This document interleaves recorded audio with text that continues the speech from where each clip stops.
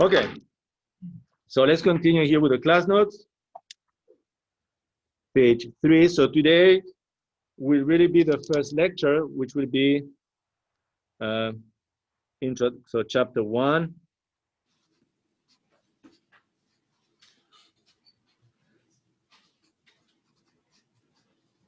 Introduction.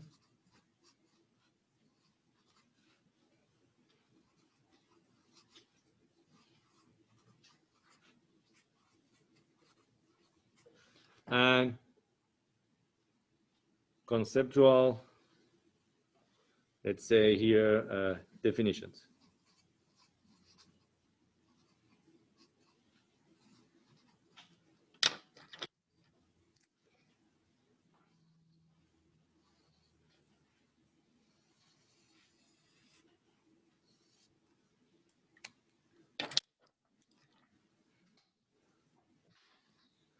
Okay, so here the important part is what? Is that in thermodynamics, we're gonna deal with substances with like water, no? So we need a substance, we need to know what a substance is. And this is a bit difficult to define because we don't know what to put first, okay? Substance, so what is a substance? Substance can be water, can be wood, can be alcohol, can be whatever you want, no? So what is a way to define, to differentiate one substance to the other? One way to look at it would be what are the different, each substance will have different properties. So you think about just water, or let's say oil, one, they will have different densities, no? Density is a property. So basically you can say that substance is defined by its properties, but we need to define properties as well, no? So like, what do you define first, the property or substance? So here I put substance.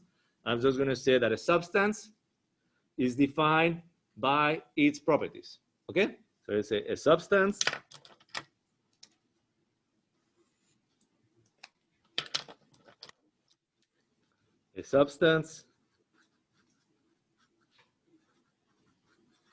is defined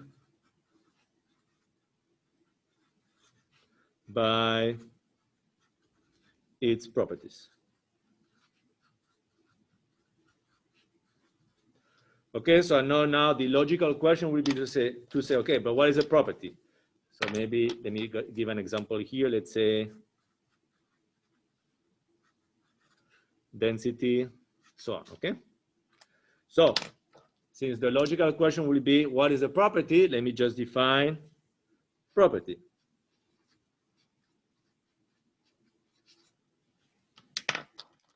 This one can be a little bit more complicated to define. So we know a property can be density, can be actually volume, pressure, can be the mass, no? The density can be many things. So what it should be like an easy definition, okay? You see, I don't try to copy it from Word. I just try to keep it simple. So an easy definition for property will be like, it is a physical characteristic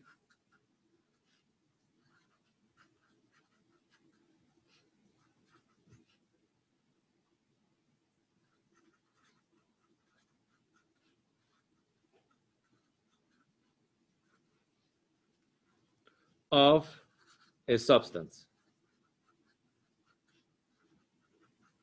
And again, this could be like density.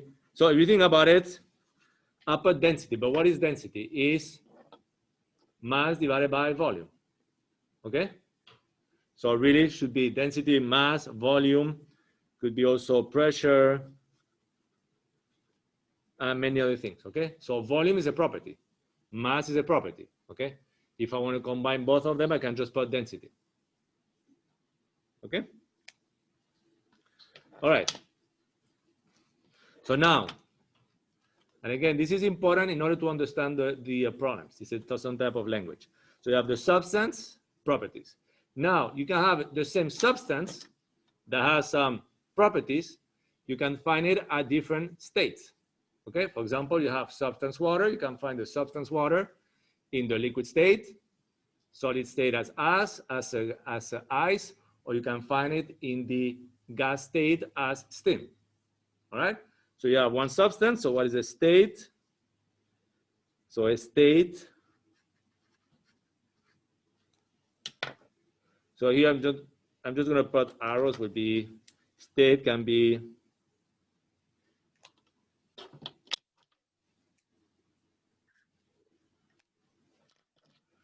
so a substance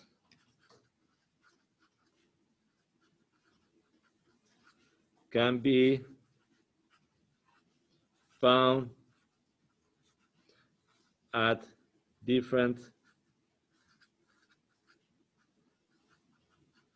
states.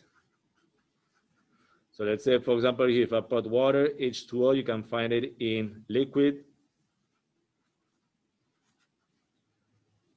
You can find it in gas as steam, or you can find it as ice as a solid, no? Okay? Now, what makes the difference is the same substance. How can you differentiate if the substance is in gas, solid, or liquid? Okay, I think the answer is pretty easy again, is that what happens if you put a full bottle of water, liquid, into the freezer? Water is going to expand and it might break the container, no? Why does that happen? It's because property density is not the same. Looks like the density of solid water is higher than the density of liquid water, no? Even though it's the same substance. So what does that mean? Is that the state, so a substance can be found at different states that will have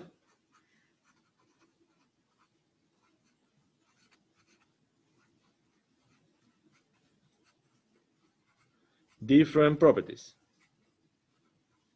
Okay? Like we just said, the liquid water will not have the same property as the solid water.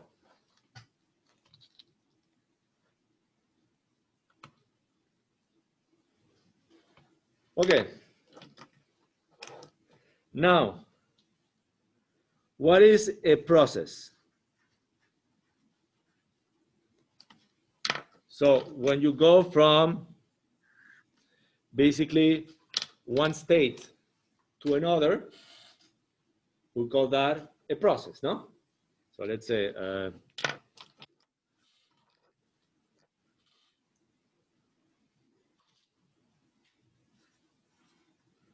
going or moving from one state to another is defined as a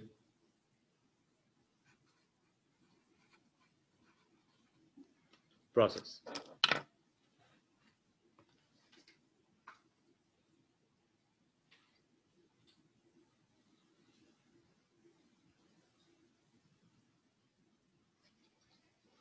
Okay, so I think I put it last time, if I remember right, on the last page of the notes. Oh, maybe not. Oh yeah, I put it here. So you can have different type of processes. So let's just do it again. You can have a process which is, let's say, at constant temperature, which would be called what? Isothermal. So you have different type of processes. Isothermal, which is constant temperature.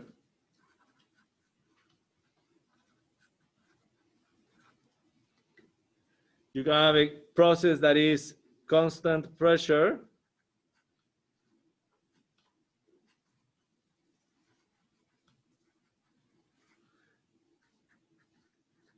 This one will be called isobaric.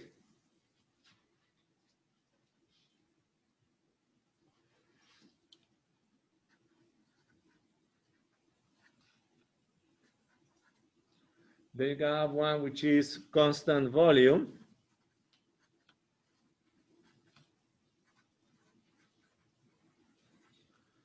Which is called isochoric.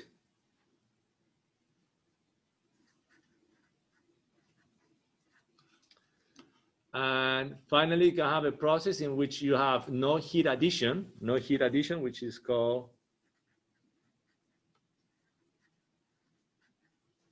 adiabatic, which means heat Q is 0.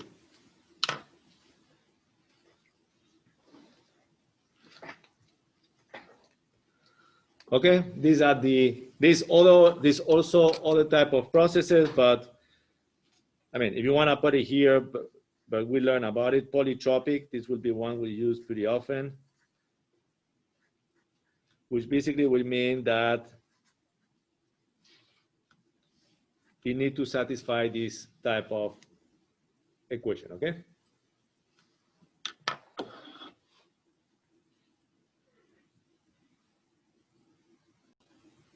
Okay, so the index in that equation is K, which is the gas constant, but we'll study later on. This is just general. Okay, something that is, now I'm gonna mention, but it's not really that important to know, but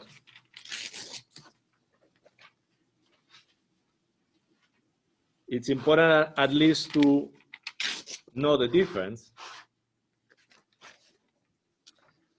is that once we deal with properties,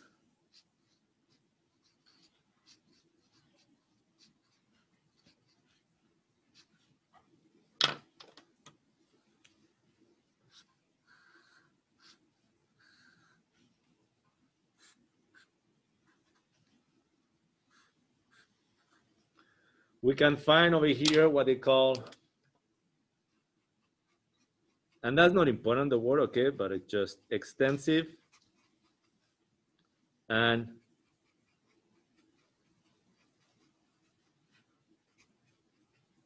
intensive properties. So again, the word extensive or intensive is not relevant at all, okay? I don't care if you, I might even mix them, okay? But probably not. But anyway, you have two different types of properties. And I think I was giving the same explanation the other day, is that, for example, if somebody asks you what is the total mass in this class, you're gonna say, you're gonna ask everybody for its weight plus the mass of the tables, the chairs, and you're gonna add them together, okay? So that would be like an extensive property, okay? So total value of the property will be summation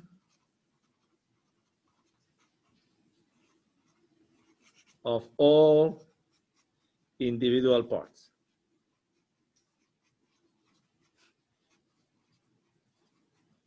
Okay, and the same thing, if somebody asks you what is the total energy in this room, you say, okay, you will do your energy plus the energy of everyone, plus the energy of the light bulbs, the computer, whatever you want, and you will add them together. Okay, so that's what is called a property that is extensive, but just think about its summation. Now, there's another type of property now that is different. What happens if somebody asks you, what is the temperature in this classroom? Or what is the pressure in this classroom? Okay, you're not gonna go and take the pressure at each place, no? Because the pressure is the same everywhere, and add it, no? So this type of property, like the pressure and the temperature, are like global properties, okay? They depend on the whole surrounding, all right? And maybe a way for you to find it is that you go to 3 different places, you take the pressure, the temperature, and you make the average, all right? But what's important over here is that the extensive properties, if you want, they're like global properties. It's not the summation. They kind of more or less constant throughout the volume.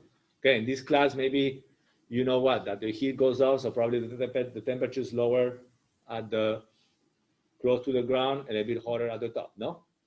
Okay, maybe that's why they tell you if there's a fire, what do you have to do? Don't run, crawl, no? They tell you to get down. I mean, it's true. The temperature, they suppose it's a quite different temperature between if you stand up or if you go down, okay? But anyway, hopefully nobody has to find out. All right, so we have properties. So we know we can have extensive properties or intensive properties. All right, so let's see, what can we do next? Yeah, let's look at different properties. So the first one we're gonna look is at the temperature.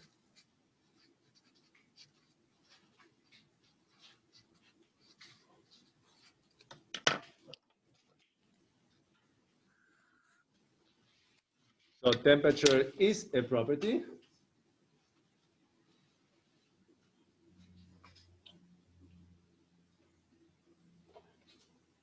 I need this page because, okay. So we know this is a property, and we know we have different scales for the temperature. So we have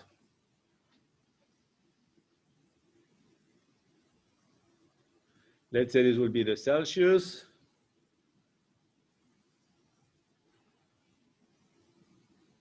This will be the Kelvin. Then we can have the Fahrenheit. And we can have the Rankine.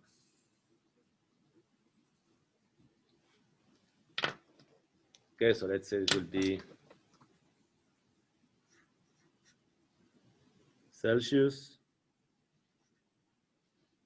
Kelvin,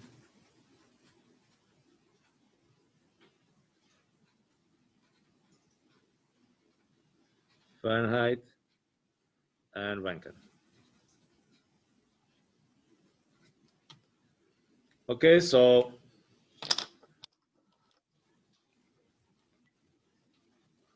let's say we're first going to look at the, so basically when you specify some type of scale, what is normal is to specify what would be a high value and what would be a small value, no? So you can use. So obviously, when people define the Celsius scale, they think about the boiling temperature of water, which is what? 100 degrees Celsius, okay? So that could be the upper limit.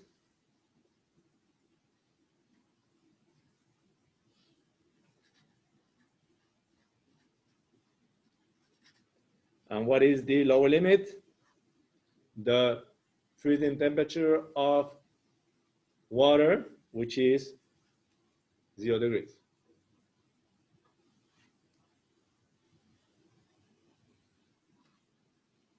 Okay? If we need to do the same thing in Kelvin, generally what would be the temperature? I mean, I'll round it off. So the temperature of Kelvin generally will be equal to what? The temperature in Celsius plus 273. I think it's 273.15, but 273 good enough for me, okay? So that means what? That the boiling temperature really becomes here what? 373, should be 373.15, but it doesn't matter. And that the freezing temperature will be what? About 273. Okay, so these were the upper limits and lower limits if you think about the SI scale you want for temperature. Okay, so this will be the metric. Now, what is the high point or the high reference for the temperature for the, if you want, US custom or English units? All right, so what will you have over here? The highest part of the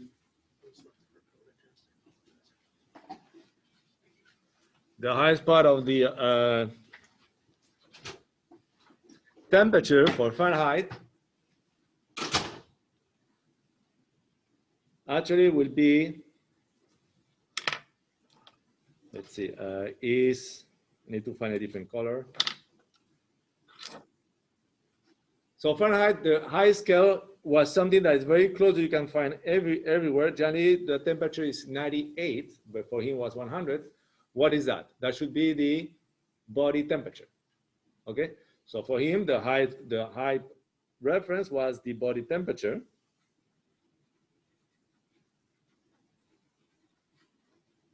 We know it's 98, but for him, he was thinking that was about 100. But it's good because the body temperature of the human body is more or less constant, no? You can find it almost everywhere, okay? So that was his maximum value. Now, what is the boiling temperature of water in Fahrenheit? It's about 212, no? Yeah? Now, what was the lower scale for the Fahrenheit? So what is really the 0 of the Fahrenheit is equivalent to what? So it's 0 here. And what happened is that for Fahrenheit, I mean, I don't know really exactly what it was living, but I'm guessing it was probably living close to the ocean. And what is something close to the ocean is water, no? Okay. And if you live in a cold place, the temperature of ice can be pretty much constant, no? Okay, once it freezes. So for him, what is the 0 degree Fahrenheit actually is the temperature at which salt water will freeze. Okay? This is 0, this is the temperature at which pure water will freeze. 0 degree Fahrenheit is the temperature at which salt water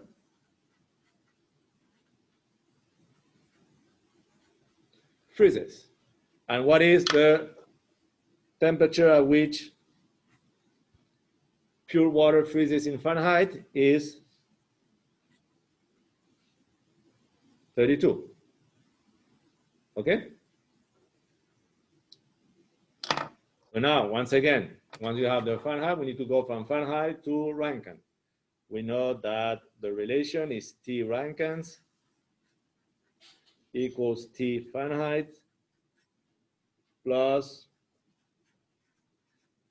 I put 460, okay? It's really 459.67, okay? But anyway, we can do it that way. So in this way, what would be this temperature? I'm not gonna put all of them. Would be 672, 492,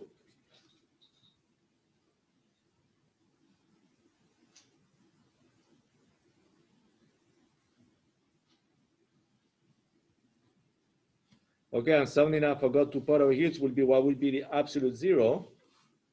So what is the absolute zero in the Celsius scale is minus 273.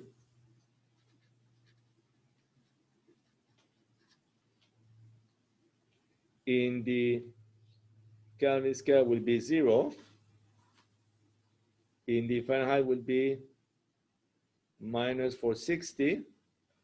And on the Rankine will be 0, no? Okay, that would be for the absolute 0. And now, I'm not going to put all of them, but the relation to go to Fahrenheit to actually Celsius is not that easy, is 1.8 temperature Celsius plus 32. So basically, if you want to go from Fahrenheit to Celsius, what is a quick way to do it, but it's not very accurate? You do the temperature in Fahrenheit, you remove 32, and you divide by 2, no? Okay, more or less. Yeah, I've been here in the States for a long time. Very good, and I even think that the measure in length, I think makes more sense to use the English units, okay? I got used to it for temperature now.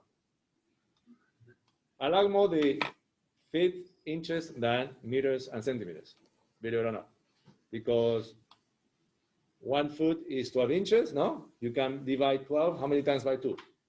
At least twice. How many times can you divide 10 by 2? 1, no? So if you think about it, okay? Then what is 2 inches? That is like the width of your hand, no? What is 1 foot? From your foot, okay? What is 1 yard? 3 feet, okay? So it's a lot more, I think it has a lot more meaning than everything else. But not for temperature. So I have to do that one once often, okay? To have a good feeling about what is the real temperature.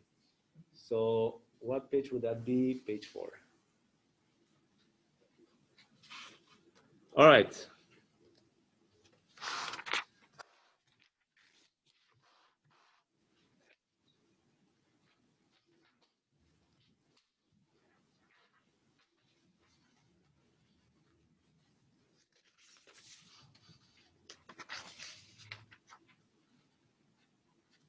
Okay. Next thing I'm going to mention, there's different properties, but I'm just trying to find ones that will be used often. The one, let's say, would be something called the specific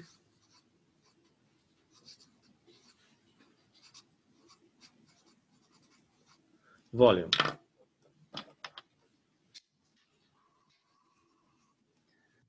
Okay, and here really the term important is specific, okay? What is the specific volume? So what happened is that you will see through the book is that everything that is specific, you will use a lowercase, and basically what specific means is per unit mass. So if I tell you that, what should be then the specific volume? Is the volume, and you see I do different V, I do a V with a bar, but that's me. because there are too many V's to differentiate between volume and another V like potential energy. So it would be volume divided by mass, okay? Where here this is the specific value, specific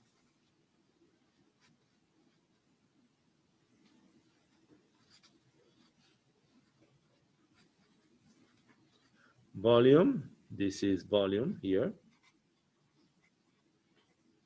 Okay, and this will be mass. So probably you already figured out, this is not important, but what is really the specific volume? Is no other than the inverse of the density, no? Yeah? Okay, but that's not important. This will be density here.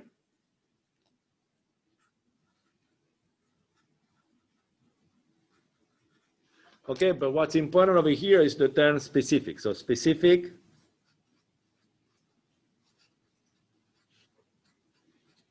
means that property, value of property per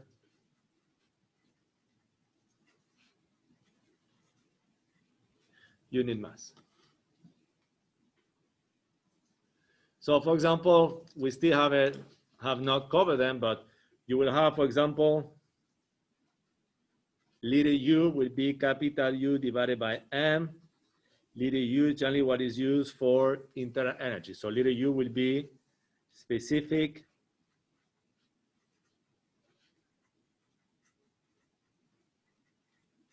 internal energy. Okay? You will have another one that can be, we haven't covered yet, but let's say little h will be capital H over M. This will be specific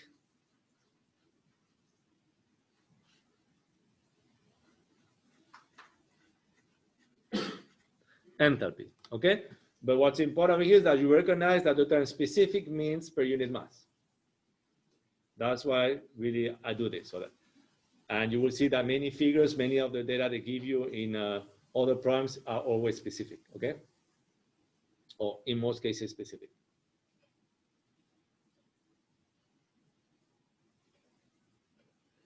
All right, so now the next property we can look at is pressure, and this will be probably the last one we do.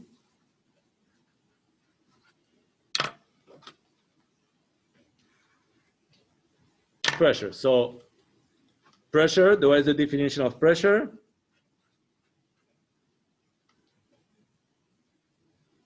The definition of pressure would be force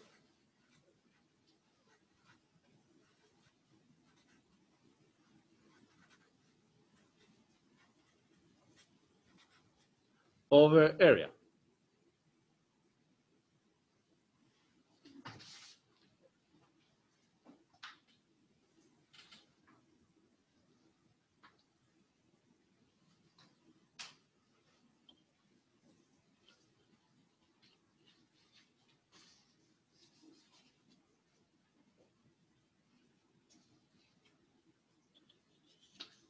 Okay, and here I like to do this little problem because I think you find it interesting. I always have people that like it, so I'm pretty sure you're gonna like it, but I need to take the correct dimensions. All right, so there we go. So it's force over area, okay? And now, is the pressure, just answer that question in your head.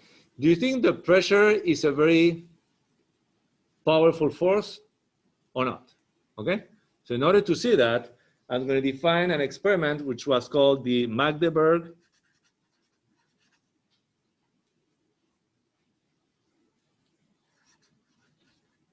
So Magdeburg is a city in Austria, Germany.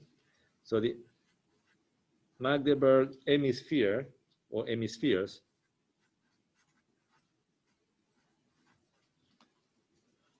and this was performed on the 17th century, about 1654.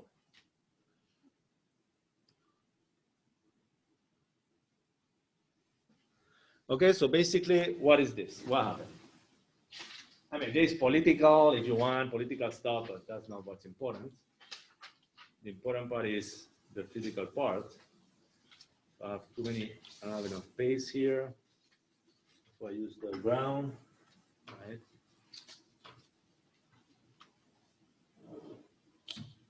So let's see if we can find it online to see if there's a figure of the hemisphere. So Magdeburg hemispheres.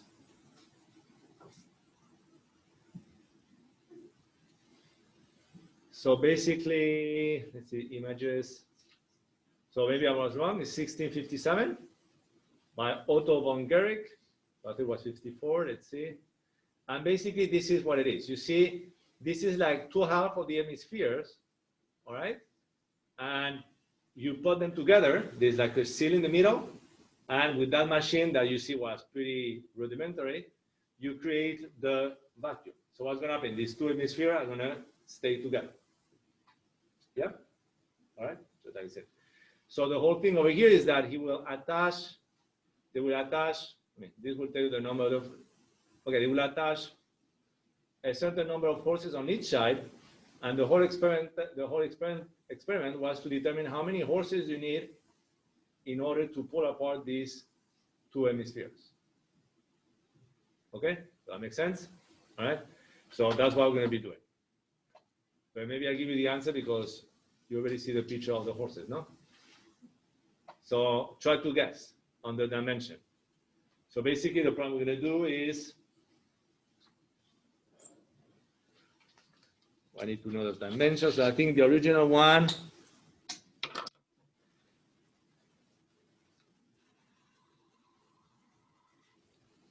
so 54, 57, really doesn't matter, but let's say you have two hemispheres over here.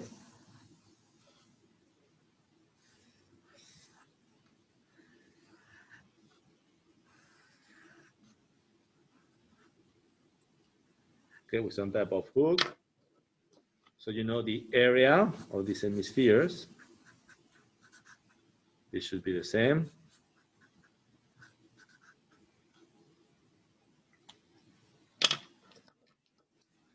Okay, and what's going to happen is that you're going to put these together.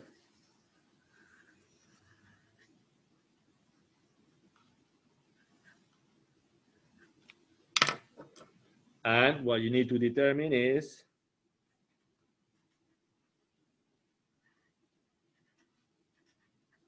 what is the force needed to pull them apart, okay? And you know that the that the diameter of the hemispheres, let's say D, diameter is about 50 centimeters, which is approximately 20 inches. So it's not that big. And here what I need to determine is the force F.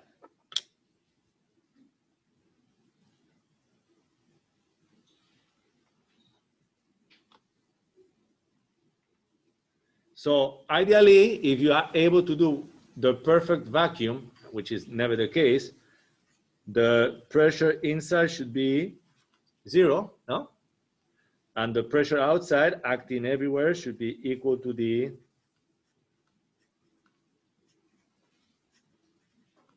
atmospheric pressure. Okay? So let's see how many forces or force do we need in order to pull this apart. So this is a problem from statics. Okay? So what is the general procedure to solve a problem? Because dynamics, in thermodynamics, we're going to do the same. First thing you need is always some type of figure or free body diagram. Okay, we have it over here.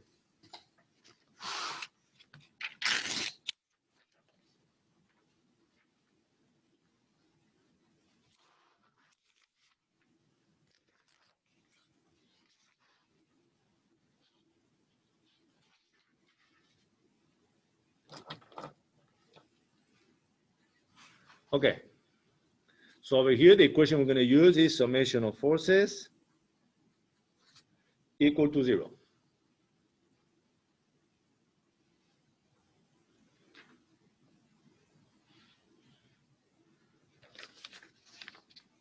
So basically here, I'm going to do it a bit faster instead of going into details, is that what do we know? We know that 2F, the force on each side, no?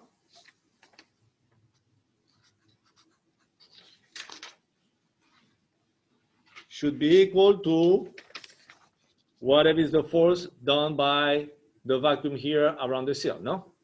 Okay, so what would be that force? That will be equal to P atmospheric, the difference in pressure between the outside of the cylinders to the inside, and we know pressure is force over area, which means that the force created by the pressure will be value of the pressure times the area, no?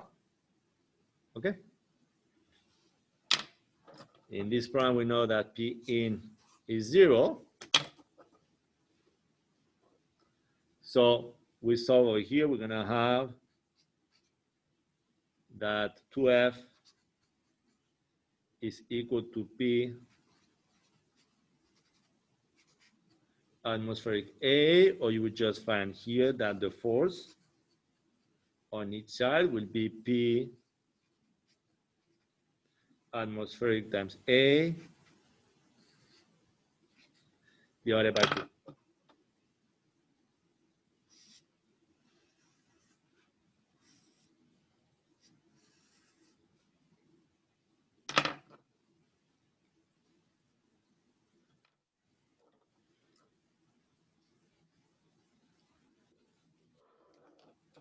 Okay, so that's the easy one. What is the area of this hemisphere here? Is the area of a circle is what? This is like a circle. What is the area? Is pi r squared, correct? But if we put it in function of the diameter, what would that be? So if you do pi r squared, which would be the same as pi d squared over 4, no? Yeah, okay. Okay, and the other thing that you might know or might not know, but the pressure atmospheric is what? Is in English unit is 29.92 inches of mercury, which is not very useful.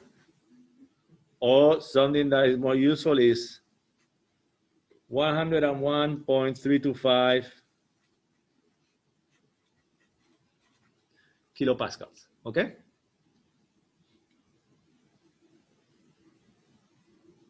Okay, and you know that 50 centimeters, that would be half a meter, no? Divide by 100. Okay, so if we do the calculations, what do we get? So we're gonna get that calculation.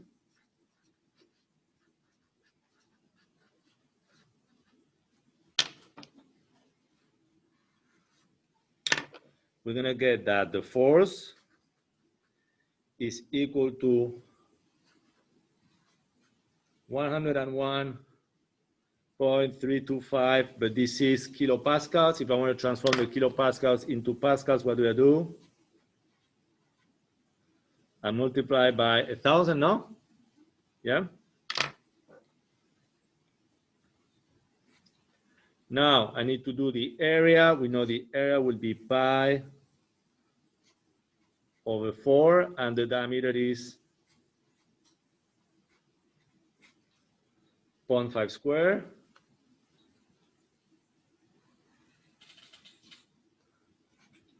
And we'll divide all this stuff by 2. So if we do the calculation, you get that F is equal to 9,947.5 newtons,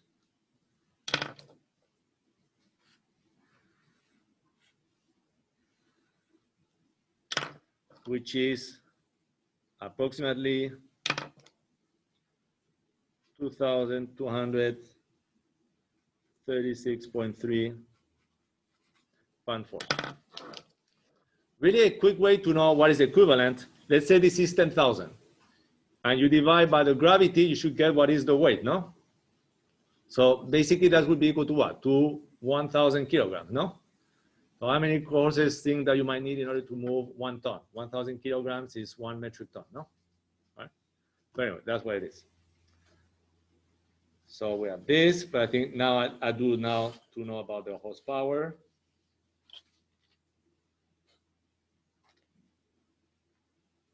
All right. So let's see if we can finish this. So 1 horsepower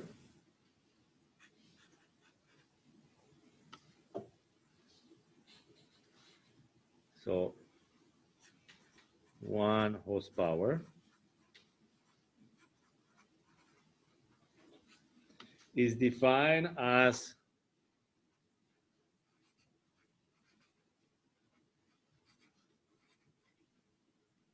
the power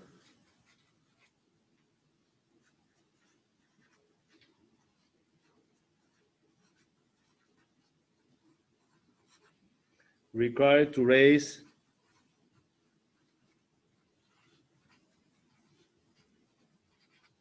75 kilograms, which is about 165 pounds, 1 meter, which is about 3 feet. Okay, in 1 second.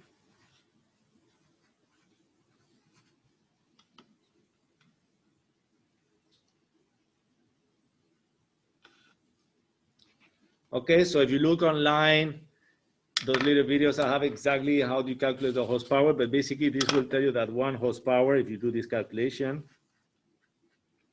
is 700, is equivalent to 735.75 newtons.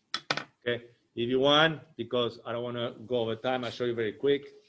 This is what I did. If you look at this, what is 1 horsepower is the force mg times the 1 meter for 1 second, no? So 75 kilograms times gravity, 1, that's what gives you the 735, all right? So basically it's just weight times g, times gravity, no? Between 1 meter in 1 second, that's what it gives you, okay? So now that you know that,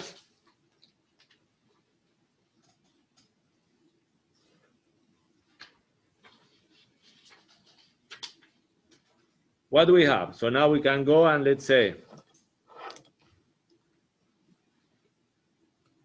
number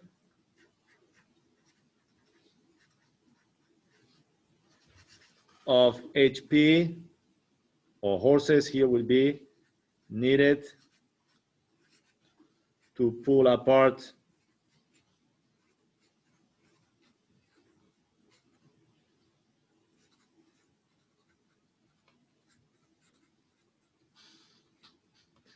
hemispheres will be what?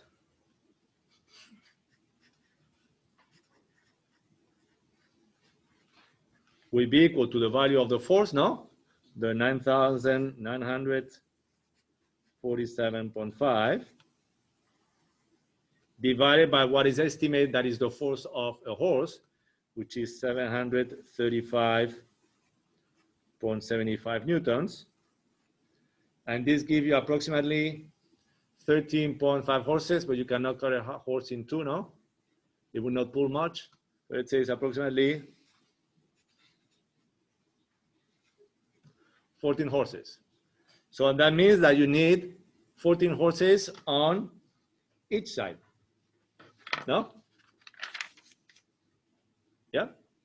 So you see that the pressure can actually be a very powerful force, no? Okay? All right, so I think for today we're going to stop over here.